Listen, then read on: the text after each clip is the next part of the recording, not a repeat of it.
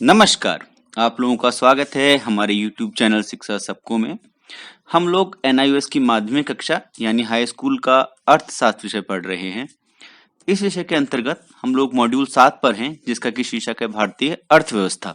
इसमें हम लोगों ने जो अध्याय 19 है भारतीय अर्थव्यवस्था, एक विहंगम दृष्टि यानी कि एक ओवरव्यू ले रहे हैं जो इंडियन इकोनॉमी है उसका। इसका पहला भाग हमने पिछले वीडियो में देखा था। आज हम लोग इसका जो दूसरा भाग है वो उसके बारे में जानेंगे। तो इसको हम प्रारंभ करने से पहले एक बार रिकैप कर लेते हैं कि पिछला जो भाग था उसमें क्या क्या हमने देखा था। सबसे पहले हमने जाना था कि स्वतंत्रता के समय भारतीय अर्थव्यवस्था की स्थिति कैसी थी, मतलब किस किस प्रकार से हमने देखा था कि हस्तकला का पतन हुआ था, जो कृषि है उसमें मध्यस्थ थे, ठीक है ना। तो इस तरीके से कई सारी इसकी विशेषताओं के बारे में हमने जाना था।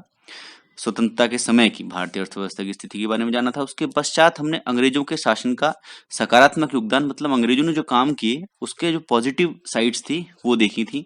फिर हमने स्वतंत्रता के पश्चात भारतीय अर्थव्यवस्था की विशेषताओं में क्या परिवर्तन आए, किस प्रकार से जो अर्थव्यवस्था है उसकी क्या विशेषताएं थी, कब आजादी के पश्चात वाली, वो हमने प्रारंभ किया था। उसमें हमने जो टॉपिक पढ़ने हैं वो है प्रति व्यक्ति आय का निम्न स्तर, जो कि हम पढ़ चुके हैं। इसी प्रकार से प्रति व्यक्ति आय में धीमी वृद्धि, ये भी हमने पढ़ लिया था।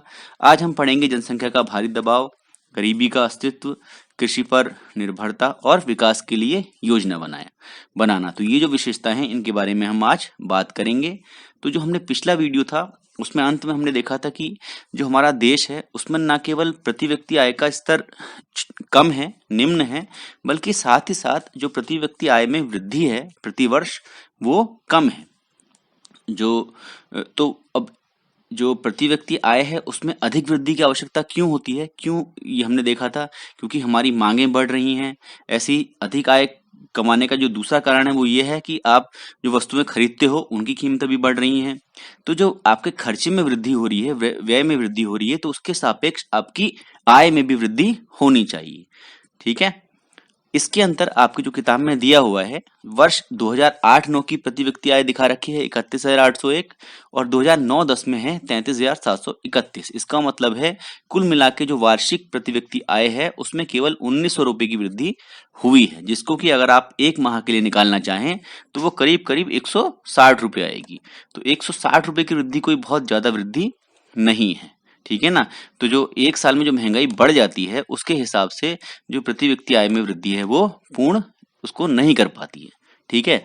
तो अगर हम आज के आंकड़े लेते हैं तो लगभग 2019-20 में ये जो 33,000 का जो अमाउंट था ये अब बढ़कर 2019-20 में अगर आप देखेंगे तो 1,35,000 के रुपए के करीब करीब हो गया है, ठीक है।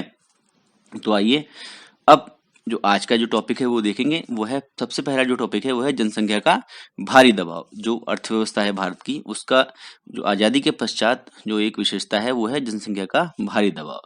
तो जो भारत की अर्थव्यवस्था है वो क्या है, उसमें जनाधिक्य है। जनाधिक्य का मतलब है जनता की अधिकता है, मतलब पॉपुलेशन यहाँ की ज्यादा है। तो पॉपुलेशन ज्यादा है, पिछले 60 वर्षों में ये 3 गुनी से अधिक बढ़ चुकी है, ठीक है ना। जितने लोग 60 वर्ष पूर्व थे उससे 3 गुना लोग अब हमारे देश में मौजूद हैं। ये कब की बात कर रहे हैं, आपके किताब के अनुसार हम 2011 की बात कर रहे हैं। क्यों? क्योंकि हर 10 साल में जनगणना होती है। हमारे पास 2021 में जनगणना होगी तो 2011 के जो आंकड़े हैं उसके हिसाब से 1947 में जब देश आजाद हुआ था उस समय हमारी जनसंख्या 35 करोड़ थी, जबकि अब 2011 में हमारी जो भारत की जनसंख्या है वो लगभग 121 करोड़ है। क्योंकि हर वर्ष जनसंख्या बढ़ रही है इसलिए हर वर्ष खाद्यान्नों का अधिक उत्पादन होना चाहिए। क्योंकि हो रहे हैं, जनसंख्या बढ़ रही है तो क्या उन सबको खिलाने के लिए हमारे पास खाना होना चाहिए, उसके लिए हमको खाद्यान्नों की आवश्यकता पड़ती है। साथ साथ खाद्यान्नों की आवश्यकता तो एक है ही, और भी जो मूलभूत आवश्यकताएं हैं जिनमें रोटी और कपड़ा और मकान, जो 3 होते हैं, इसमें कपड़ा और मकान की आवश्यकता भी हमको पड़ेगी। ऐसे ही अन्य सुविधाएं, शिक्षा की सुविधा, स्वास्थ्य की सुविधा, ये सब भी की आवश्यकता पड़ेगी जितनी जनसंख्या बढ़ती रहेगी। अब क्या है, अब कृषि के लिए जो भूमि है, हमको खाद्यान्न ज्यादा उत्पादन करना है खाद्यान्नों का, लेकिन जो कृषि के लिए भूमि है वो के जो क्षेत्र है वो उस अनुपात में वृद्धि उसकी नहीं हो रही है जिस अनुपात में की हमारी जनसंख्या बढ़ रही है, ठीक है। लेकिन साथ-साथ जनसंख्या का मतलब बढ़ना एक तरह से नकारात्मक तो है, लेकिन उसके अंदर एक पॉजिटिव बात ये है कि हमारे जो जनसंख्या है, उस जनसंख्या में युवकों की संख्या संसार के अन्य देशों की तुलना में बहुत अधिक है। मतलब हमारे देश में जवान लोग ज़्यादा हैं। लगभग आधी जनसंख्या जो है वो 0 से 25 वर्ष की आयु वर्ग की है। मतलब 121 करोड़ में से 78.5 करोड़ व्यक्ति 35 वर्ष से कम है। ठीक है, तो आप देख सकते हैं कितना बड़ा आंकड़ा हमारे पास जवान लोगों का है। तो ये जवान लोग क्यों जरूरी हैं? ये हमारे देश के लिए मतलब ये क्योंकि जो जवान लोग हैं वो काम कर सकते हैं तो मुद्रा अर्जित कर सकते हैं। ठीक है, तो इस प्रकार से वो कुल मिला के राष्ट्र की प्रति व्यक्ति आय में वृद्धि करने में सहयोग कर सकते हैं।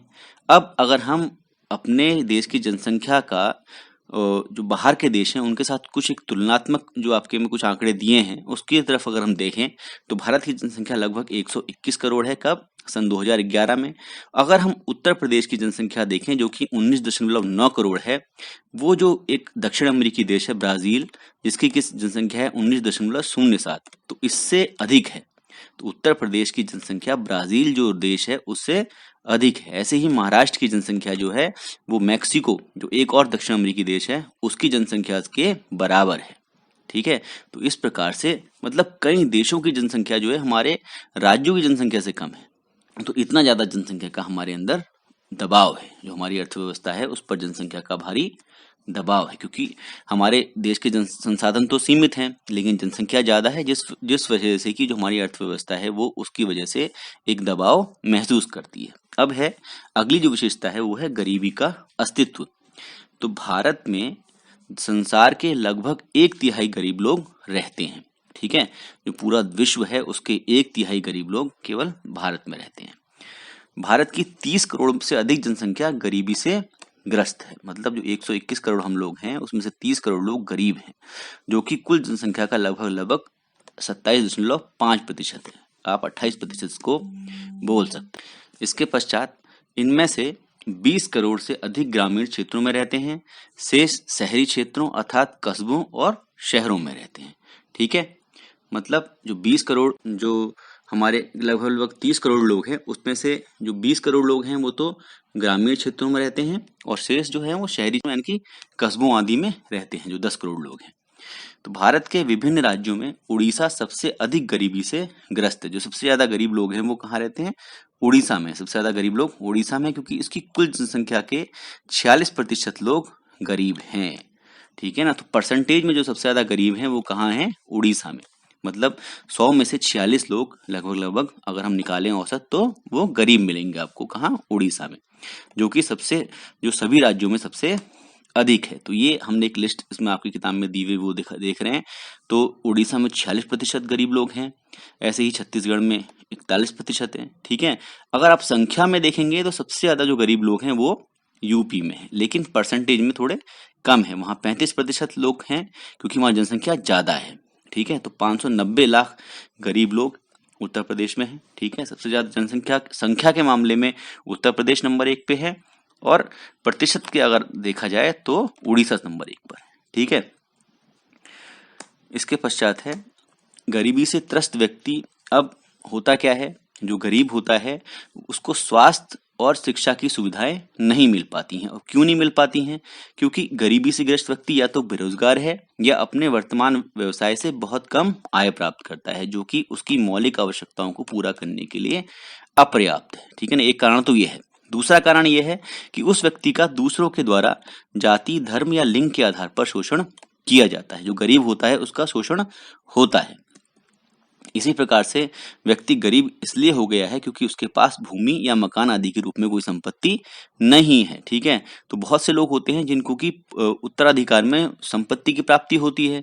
तो जब संपत्ति की उनकी प्राप्ति हो गई तो वो एक गरीब आदमी से वो कुछ लाभ में रहते हैं। ऐसे ही एक और कारण है कि शायद सरकार के जो प्रयास हैं वो प्रभावपूर्ण नहीं रहे हैं। भ्रष्टाचार के कारण या फिर और जो गलत नीतियां हैं उनकी वजह से जो गरीब लोग हैं उनकी जो हालत है उसमें वृद्धि नहीं हो पाई है। ठीक है, ये भी उसका एक कारण हो सकता है। आगे है अगला जो विशेषता है वो है कृषि पर निर्भरता। तो जो भारत है, जो भारतीय अर्थव्यवस्था है परंपरागत रूप से, मतलब बहुत पहले से परंपरा के रूप से ही हम लोग कृषि पर आधारित अर्थव्यवस्था है। हमारा जो प्राइमरी जो कमाने का लोगों का धंधा है वो खेती किसानी है। 1951 जब पहली हमने पंचवर्षीय योजना बनाई थी, तब लगभग 70% से अधिक लोग कृषि और संबंधित गतिविधियों में लगे हुए थे। हालांकि ये प्रतिशत कम हो गया है, लेकिन अब भी 2001 में जनसंख्या का लगभग 60% भाग कृषि पर निर्भर करता था। मतलब जो 1951 में जो एक परसेंटेज था वो 70 था, वो अब 60 हुआ है 50 साल बाद भी, अभी भी। लेकिन जो मेजोरिटी है वो खेती करती है, ठीक है ना, खेती पर निर्भर करती है। अब है जो अंतिम विशेषता है वो है विकास के लिए योजना बनाना। तो जो भारतीय अर्थव्यवस्था है, सन 1951 से जो हमारे नीति निर्माता थे उन्होंने ये डिसाइड किया कि हम लोग प्लान एक बनाएंगे, एक नियोजन के हिसाब से एक योजना बनाएंगे, जिसके की आधार पर हम ये तय करेंगे कि हमको किस किस क्षेत्र का कैसे कैसे विकास करना है। तो विकास के लिए हम लोगों ने योजना वाला मॉडल अपनाया और हमने पंचवर्षीय योजनाएं बनाना शुरू किया। हम लोग जो थे 5-5 साल के लिए योजनाएं बनाते थे, ठीक है ना। 5 साल के लिए योजना बनाई और 5 साल के बाद फिर उन योजनाओं को रिव्यू किया और फिर अगले 5 साल के लिए योजना बनाई। जो हमको फीडबैक मिला, जो हमने देखा कि किस किस प्रकार से जो पिछली योजना थी उससे क्या हमको फायदे हुए या क्या कहाँ कहाँ कमी रह गई, उसके हिसाब से फिर अगले 5 साल के लिए योजना बनाई जाती थी, ठीक है ना। जब तक योजना आयोग था वो योजना बनाता था। अब जब से मोदी गवर्नमेंट आई है, इसने कुछ दिनों बाद एक नीति आयोग का गठन किया है और अब ये योजना, हम पंचवर्षीय योजना पर काम नहीं करते हैं, अब हम सस्टेनेबल डेवलपमेंट गोल्स को लेकर आगे बढ़ रहे हैं। अब योजना बनाने के लिए हम इसको एक एक करके देखते हैं। स्वतंत्रता के पश्चात भारतीय अर्थव्यवस्था की आर्थिक नियोजन की प्रक्रिया द्वारा विकास की प्राप्ति का लगातार प्रयास करना मुख्य विशेषता रही है। कैसे? आर्थिक नियोजन मतलब इकोनॉमिक प्लानिंग की प्रोसेस जो है उसके द्वारा विकास की प्राप्ति, मतलब प्लानिंग करके डेवलपमेंट को अचीव करने के लिए हम लोग लगातार कोशिश करते रहे। तो ये हमारी अर्थव्यवस्था की एक मुख्य विशेषता रही है। पिछले 60 वर्षों से ये एक बहुत ही सकारात्मक घटना रही है, जिसके माध्यम से हमने काफी विकास प्राप्त किया है। नियोजन से अभिप्राय भविष्य में कुछ करने के लिए तैयारी करना है। इसका तात्पर्य आपके द्वारा निर्धारित लक्ष्यों की प्राप्ति की समस्या को हल करने से है, ठीक है।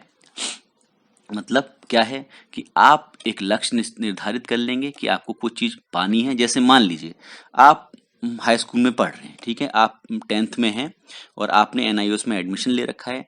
तो अब आप क्या करेंगे, आपका जो लक्ष्य है वो है पास होना, ठीक है ना, एनआईओएस को पास होना या फिर अच्छे अंकों से पास होना, ठीक है। तो आप क्या करेंगे, आपको अच्छे अंकों से पास होना है एनआईओएस के लिए, तो आपको उसके लिए एक योजना बनानी पड़ेगी। आपको डिसाइड करना पड़ेगा कि आपको किस किस प्रकार से पढ़ाई करनी है, कब कब आपको पढ़ना है, किस किस माध्यम का उपयोग करना है पढ़ने के लिए, ठीक है। प्रतिदिन कितने घंटे आपको पढ़ाई करनी है, ठीक है ना। किताबें कौन सी खरीदनी है, उसके लिए पैसे का इंतजाम करना है। या फिर अगर हो सकता है कि आपके बता शिक्षा सबको आपको कितनी समय तक देखना है। आपको अगर कुछ समझ में नहीं आ रहा तो हमसे किस तरीके से हमसे चीज़ें पूछनी है, ठीक है ना। अपनी तैयारी जो आप कर रहे हैं उसका हर महीने या हर 2 महीने में, हर या 3 महीने में आप मूल्यांकन करेंगे कि भाई कितना पढ़ लिया है, कितने चैप्टर रह गए हैं, ठीक है ना। एग्जाम कब आने वाले हैं, किस हिसाब से पढ़ना चाहिए। एग्जाम अगर पास आ रहे हैं तो आप हो सकता है पढ़ने की स्पीड बढ़ा दें, पढ़ने के लिए जो घंटे आवंटित आपने किए हैं उनको बढ़ा दें। तो ये सब क्या है, ये एक योजना बनाने का एक पार्ट है। आप भी अपने जो जीवन है उसमें इस प्रकार की योजनाएं बनाते हैं किसी लक्ष्य को प्राप्त करने के लिए, ठीक है ना। तो वही हालत सरकार की भी होती है। सरकार भी अपने जो लक्ष्य है, सरकार का लक्ष्य है विकास। विकास किसका? सारे लोगों का विकास, पूरी जो जनसंख्या है, हर गरीब का, हर अमीर का विकास करना सरकार की एक लक्ष्य होता है, जिसको प्राप्ति के लिए वो योजना बनाती है, प्लान करती है। तो भारत सरकार अपनी आर्थिक और दूसरी समस्याओं को हल करने के लिए योजना बनाती रहती है। नियोजन अनिवार्य है, जो प्लानिंग है वो मस्ट है, वो क्योंकि समस्याओं का हल 1 या 2-3 दिन में आसानी से नहीं किया जा सकता है। समस्याओं को हल करने में कई वर्षों का समय लग सकता है। अलग अलग प्रकार की समस्याएं होती हैं। हो सकता है कुछ समस्याओं का हल आप तुरंत ले लें, तो भारत ने पंचवर्षीय योजनाएं अपनाई हैं ताकि किसी विशेष योजना के प्रारंभ में ये घोषणा की जा सके कि आने वाले 5 वर्षों में कौन सी समस्याएं लेनी है। ठीक है, हो सकता है कि आने वाले 5 वर्षों में आप शिक्षा में ये अचीवमेंट करना चाहें कि आप 90% जो जनसंख्या है उसको शिक्षित कर दें। ठीक है ना, हो सकता है ये एक आपका लक्ष्य है। अगर आपने लक्ष्य निर्धारित किया कि 90% लोगों को आप शिक्षा पहुंचा देंगे, तो आपको उन 5 सालों के लिए उसी प्रकार से संसाधनों को आवंटित करना पड़ेगा। आपको जो शिक्षा है उसका बजट बढ़ाना पड़ेगा। ठीक है, तो ये कई सारी चीजें होती हैं जो कि आप धीरे धीरे समझेंगे, तो ये सारी चीजें प्लानिंग में काम आती हैं। और फिर समय अवधि के अंत में संपूर्ण स्थिति, मतलब क्या स्थिति रही, 90% लोगों को आपको शिक्षित करना था, हो सकता है आप 75% को कर पाए हों अभी तक। ठीक है ना, तो और उस दिशा में की गई उन्नति का पुनरावलोकन किया जा सके। ठीक है ना, तो ये सब चीजें पंचवर्षीय योजनाएं भारत ने अपनाई ताकि वो किसी विशेष योजना जब वो प्रारंभ करता है तो ये घोषणा कर दे कि आने वाले 5 सालों में वो कौन सी समस्याओं को दूर करने की दिशा में काम करेंगे, और उस समय एक अवधि के अंत में जो स्थिति है और उस दिशा में की गई उन्नति का पुनरावलोकन कर सकते हैं। तो जो भारत ने जो पंचवर्षीय योजनाएं बनाई वो कितनी बनी अभी तक, वो सब इसमें दे रखी हैं।